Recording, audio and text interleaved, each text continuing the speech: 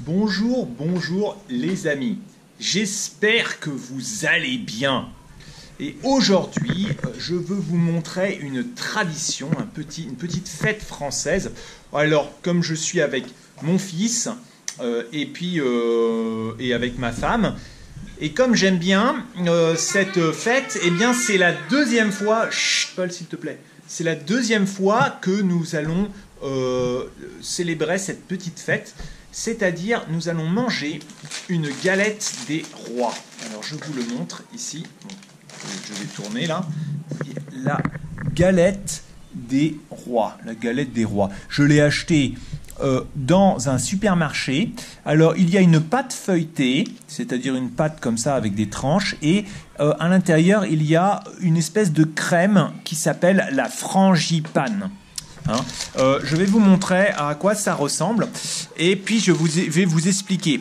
Alors, c'est une fête chaque année avant Noël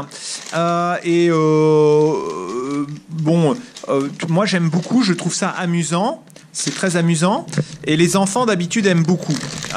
D'habitude, on fait ça aussi dans les écoles scolaires, dans les cantines. Vous voyez, il y a une couronne et à l'intérieur, on va donc découper la galette en part, et à l'intérieur, il y a une fève. Et celui qui va gagner la fève, celui qui va trouver la fève, eh bien, devient le roi. Vous voyez, c'est le soir, donc je suis déjà en pyjama. J'espère que ça ne pose pas de problème. Donc celui qui gagne la fève, il faut faire attention en mangeant, de manger lentement, pour ne pas se casser une dent. Donc vous êtes le roi. Alors d'où vient cette tradition ?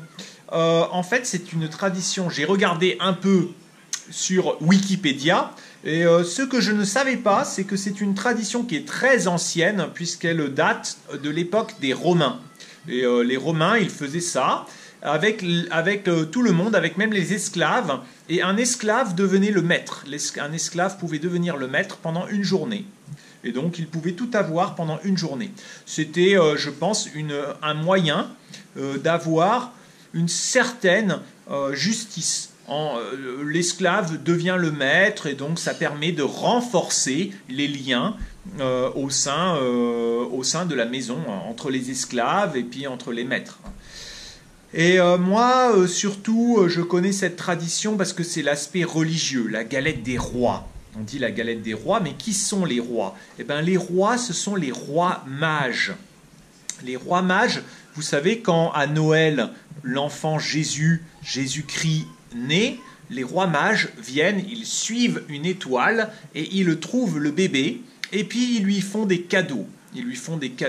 Donc c'est une fête qui a lieu avant Noël, cette fête de la galette des rois. Et puis c'est une fête assez amusante, donc les enfants aiment beaucoup. Mais il y avait, avant, cette fête était religieuse, et d'ailleurs, récemment, il y a eu un débat. Vous savez qu'en France, il y a beaucoup de débats sur la religion.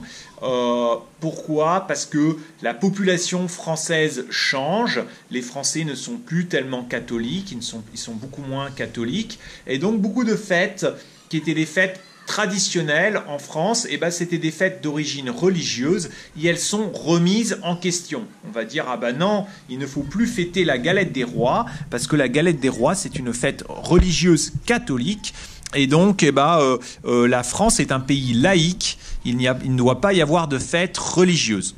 Pour moi, je pense que c'est une... Moi, je suis pas religieux et je pense que c'est plutôt une fête bon enfant. C'est une fête de famille, on s'amuse. Et puis, celui qui va trouver qui trouve la fève, c'est amusant, il a gagné. On peut lui faire un petit cadeau. Pour moi, c'est plus une fête pour s'amuser et puis peut-être un peu une fête commerciale aussi. Cette galette des rois, elle est assez chère. Moi, je l'ai payée en supermarché, je l'ai payée à 5 €. Mais dans d'autres, chez un boulanger, ça va coûter encore plus cher. Voilà. Je vous laisse et à très bientôt, les amis. À bientôt.